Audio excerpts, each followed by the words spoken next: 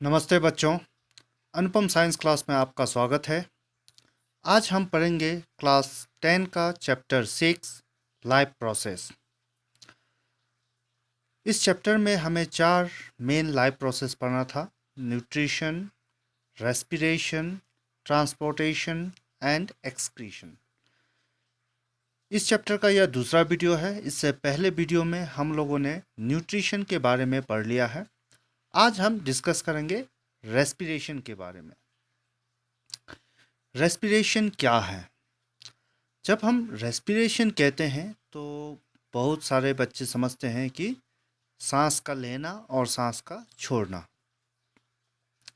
सांस का लेना, सांस का छोड़ना, intake of oxygen and giving out of carbon dioxide is called breathing. उसको हम लोग ब्रीदिंग कहते हैं। वो कंप्लीट रेस्पिरेशन नहीं है। जब हम रेस्पिरेशन कहेंगे तो यह एक प्रोसेस है जिसमें ऑक्सीजन का लेना, फिर हमारे अंदर में जो ग्लूकोज मॉलिक्यूल्स हर सेल में है उसका ब्रेक डाउन होना, वहाँ से एनर्जी रिलीज होना, प्लस कार्बन डाइऑक्साइड जो फॉर्म होगा उसको फिर एक्सेल करना। ये कंप्लीट प्रोसेस को हम लोग रेस्पिरेशन कहते हैं। सिर्फ सांस लेना या सांस छोड़ना को हम लोग ब्रीदिंग कहते हैं। तो आपको ये याद रखना है। The process in which the cells of an organism obtain energy by combining oxygen and glucose is called respiration. It involves breathing. तो ये आपका हमारा बॉडी में ग्लूकोज का ब्रेकडाउन होना, वहाँ से एनर्जी आपका देना और साथ में ब्रीदिंग जो हमारा ऑक्सीजन लेना और कार्बन डाइऑक्साइड छोड़ना, इसको पूरा ये कंप्लीट प्रोसेस को हम लोग रेस्पिरेशन कहते हैं।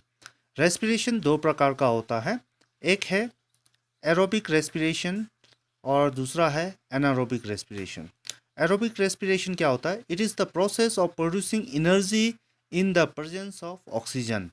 जब हमारे बॉडी में जो एनर्जी रिलीज होता है ऑक्सीजन की मदद से, तो ऐसा वाला रेस्पिरेशन को हम लोग बोलते हैं एरोबिक रेस्पिरेशन। एनारोबिक रेस्पिरेशन क्या होगा? It is the process of producing energy in the absence और लैक ऑफ ऑक्सीजन। या तो कंप्लीट आपका ऑक्सीजन ना हो या एक ऑक्सीजन की कमी से जब हमारा एनर्जी रिलीज होता है तो उसको हम लोग एनारोबिक रेस्पिरेशन कहते हैं। अब हमारे बॉडी में जो एनर्जी रिलीज होगा उसका जो तरीका है वो अब मैं आपको बताने जा रहा हूँ।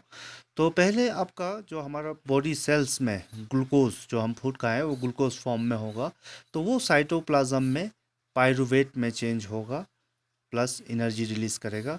ये पायरुवेट का फिर कंप्लीट डाइजेशन होने का 3 तरीका है।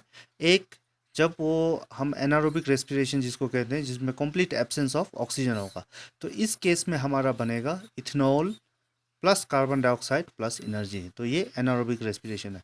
एरोबिक रेस्पिरेशन अब दो तरीका हो सकता है। जैसे आपका लेक ऑफ ऑक्सीजन, यहाँ में ऑक्सीजन की कमी, जैसे हम कभी कुछ एक्सरसाइज करते हैं, हमारा बॉडी थक जाता है, तो उस समय हमारा क्या हो जाता है, एनर्जी रिक्वायरमेंट जो बढ़ जाता है। तो जब एनर्जी रिक्वायरमेंट बढ़ जाता है और हमारा बॉडी कंप्लीट ऑक्सीजन सप्लाई उसको उतना नहीं मिल पाता है एनर्जी रिलीज करने के लिए, तब उस टाइम में हमारा मसल्स में ये आपका ऑक्सीजन के कमी में भी एनर्जी रिलीज होता है, क्योंकि एनर्जी का वो रिक्वायरमेंट को फुलफिल करने के लिए। तो ऐसा केस में हमारा लैक्टिक एसिड बनेगा प्लस एनर्जी रिलीज होता है। तो ये लैक्टिक एसिड की वजह से कभी कभी हम लोग को मसल्स में पेन भी फील होता है। और जो थर्ड है वो हमारा कंप्लीट आपका प्रेजेंस ऑफ ऑक्सीजन। तो ऑक्सीजन अगर अच्छी तरह से सेल्स को मिल रहा है, तब हमारा जब ये ऑक्सीजन ये ग्लूकोज ब्रेक डाउन होने के बाद हमको मिलेगा यहाँ में water plus carbon dioxide plus energy. और यह कार्बन डाइऑक्साइड फिर हम लोग एक्सेल कर देते हैं, बाहर छोड़ देते हैं। तो इस तरीक़ा से हमारा ये रेस्पिरेशन प्रोसेस होता है। ग्लूकोज इन साइटोप्लाज्म आपका ये चेंज होता है pyruvate plus energy, presence of oxygen, यहाँ में water plus carbon dioxide plus energy. ये हमारा ह्यूमन रेस्पिरेटरी सिस्टम में ऐसा होता है। तो the energy release during cellular respiration is use to synthesize molecule call ATP. और ये जो हमारा एनर्जी जो ये सेलुलर रेस्पिरेशन में बनेगा रिलीज होगा वो किस फॉर्म में होगा, in the form of ATP. ATP का फुल फॉर्म होता है एडेनोसिन ट्राइफॉस्फेट। तो ये हमारा, इसको हम लोग एनर्जी का करेंसी भी कहते हैं, क्योंकि इसको ही हम लोग यूज़ करते हैं एनर्जी के लिए। तो हम लोग अभी पढ़ रहे हैं human respiratory system. Human respiratory system में क्या क्या होता है देखिए। Oxygen riched air is taken into the body through the nose. हम लोग सांस पहले कहाँ से लेंगे, नाक से लेंगे। The air is filtered by the fine hair present in nose. From nose the air passes through the throat to lungs. तो पहले हम सांस लेंगे नाक से। हमारा जो नाक में हेयर होता है वो जो डस्ट पार्टिकल है उसको फिल्टर कर देगा, और वहाँ से फिर आपका ये एयर जो पास होकर हमारा थ्रोट से पास होते हुए लंग्स में जाएगा। फिर लंग्स में क्या होगा, the air passes divides into smaller and smaller tubules. ये आपका छोटा से छोटा आपका ट्यूबल्स में ये ऑक्सीजन जाते रहेगा। ये पहले कुछ बड़ा ट्यूबल्स, उससे फिर और फाइनर ट्यूबल्स में ये जाएगा, और लास्ट में फाइनली ये कहाँ पहुँचता है, एलिवोली में।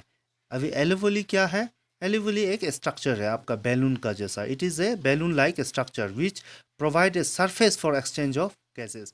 तो ये हमारा एक्सचेंज ऑफ गैसेस के लिए ये जगह जो यूज होता है alveoli. The wall of alveoli connected with blood vessel, इसलिए ये ब्लड वेसल से पूरा कनेक्टेड रहता है। तो जो हमारा सांस हम लोग ने लिया है ऑक्सीजन, वो हमारा जब लंग्स में आएगा, लंग्स से एलिवोली के माध्यम से ये ब्लड में चला जाएगा। फिर ब्लड से ये पूरा बॉडी का सेल्स में ये ऑक्सीजन सप्लाई होगा।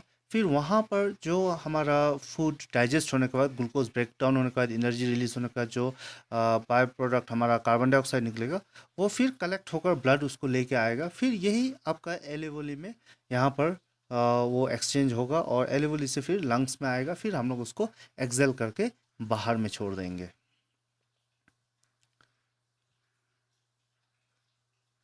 The oxygen dissolve in haemoglobin from alveoli and carried from lungs to the cell in all part of the body. तो यहाँ पर हमारा एक्सचेंज होने के बाद क्या होता है, जो ऑक्सीजन हमारा हेमोग्लोबिन में डिजॉल्व हो जाएगा ब्लड में, और वहाँ से पूरा बॉडी पार्ट्स को जाएगा। The blood brings carbon dioxide, वैसे ही आपका मैंने अभी बताया कि ब्लड क्या करेगा, कार्बन डाइऑक्साइड फिर वापस लेके आएगा सेल से, और वो फिर यहाँ एलोवेली में एक्सचेंज हो जाएगा। तो ऐसा करके हमारा यहाँ पर एक्सचेंज ऑफ गैसेस होता है एलोवेली में, और इस प्रकार हमारा रेस्पिरेशन हमारे ह्यूमन सिस्टम में होता है। इसके बाद प्लांट का केस में क्या होता है वो हम लोग अभी देखेंगे। रेस्पिरेशन इन प्लांट, तो प्लांट में ये जो आपका रेस्पिरेशन कैसे होगा, तो gases exchange occur in plant through stomata in leaves. तो हमारा गैसेस एक्सचेंज प्लांट में कैसे होता है, वो आपका ये स्टोमाटा, यहाँ पर आपका डायग्राम दिया हुआ है, ये देखिए। तो ये स्टोमाटा के थ्रू होता है लीव्स का। इसके बाद लेंटिकल्स इन स्टेम्स, वहाँ से होगा, और सरफेस ऑफ फ्रूट, यहाँ इस जगह पर हमारा एक्सचेंज ऑफ गैसेस होता है। और इसमें क्या होता है, during respiration plant absorb oxygen. तो रेस्पिरेशन में प्लांट क्या करेगा, ऑक्सीजन एब्जॉर्ब करेगा and use them with glucose to create carbon dioxide water energy.